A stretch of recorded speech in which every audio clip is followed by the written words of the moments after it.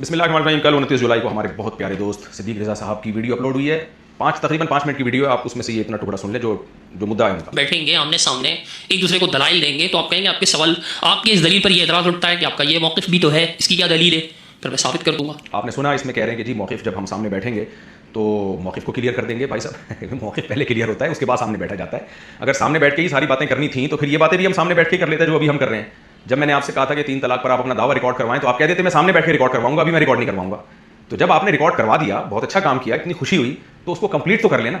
मैं आपसे रफुल दैन पे दावा थोड़ी पूछ रहा हूं, मैं तो आपसे 3 तलाकों के बारे में ही आपके दावे में चाह रहा हूं कि आप क्लियर करके बताते कि 3 तलाक के बारे में पूरा मौक़िफ़ वाज़ेह करें। आप टू द पॉइंट तो किया है आपने, कंप्लीट नहीं किया। कंप्लीट कर लें, ये बता दें कि एक मजलिस की 3 तलाक आपने कहा एक होती है, तो 3 मजलिसों की कितनी होती हैं? फिर ये बता दें क्या जा रहा है इसमें। नहीं बता रहे तो फिर मेरे पास आपके उलमा की किताबें हैं, वो तो कुछ और, वो कहते हैं कि नहीं 3 मजलिसों में अगर रुजू किए बगैर किसी ने 3 तलाक़ें दी, 3000 भी दी तो भी एक ही होगी वो।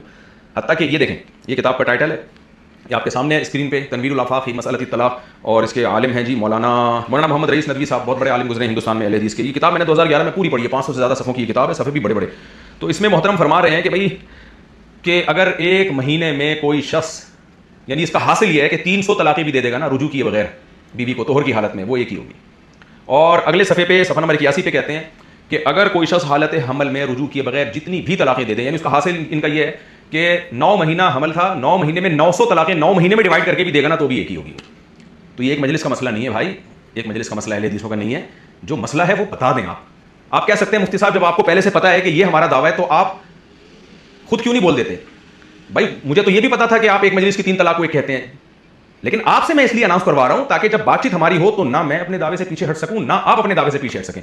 ऐसा ना हो आप ऐन मौके पे कहते हैं मैं इनको नहीं मानता, मैं वो वाला अहले हदीस हूं जो रईस नदवी साहब की बात को नहीं मानता।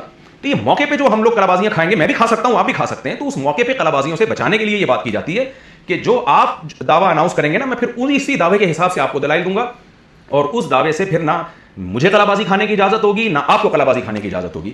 और आखिर में मैं बहुत मोहब्बत से आपसे एक बात ये कहूंगा कि अगर आपसे नहीं लिखा जा रहा दावा, आपको यह पता ही नहीं है कि अहले हदीसों का दावा है क्या, या अहले हदीसों का इस मसले में इख्तिलाफ है, तो आपकी जो राय है वो लिख दें। आप बोलो भाई ये इख्तिलाफी मसला है, मेरी ये राय है, तो फिर मैं उसी राय के गिर्द आपके मैं घूमूंगा।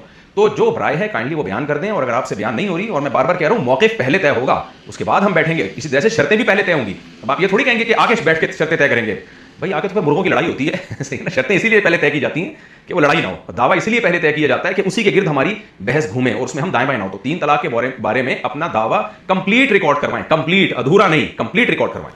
तो उसके बाद, और मेरे दावे में अगर कोई कंफ्यूजन है तो मुझसे पूछें। तो इसलिए काइंडली आप इसमें मेरी मदद करें, मैं आपके लिए दिल से दुआएं करूंगा। और अगर आपसे नहीं हो पा रहा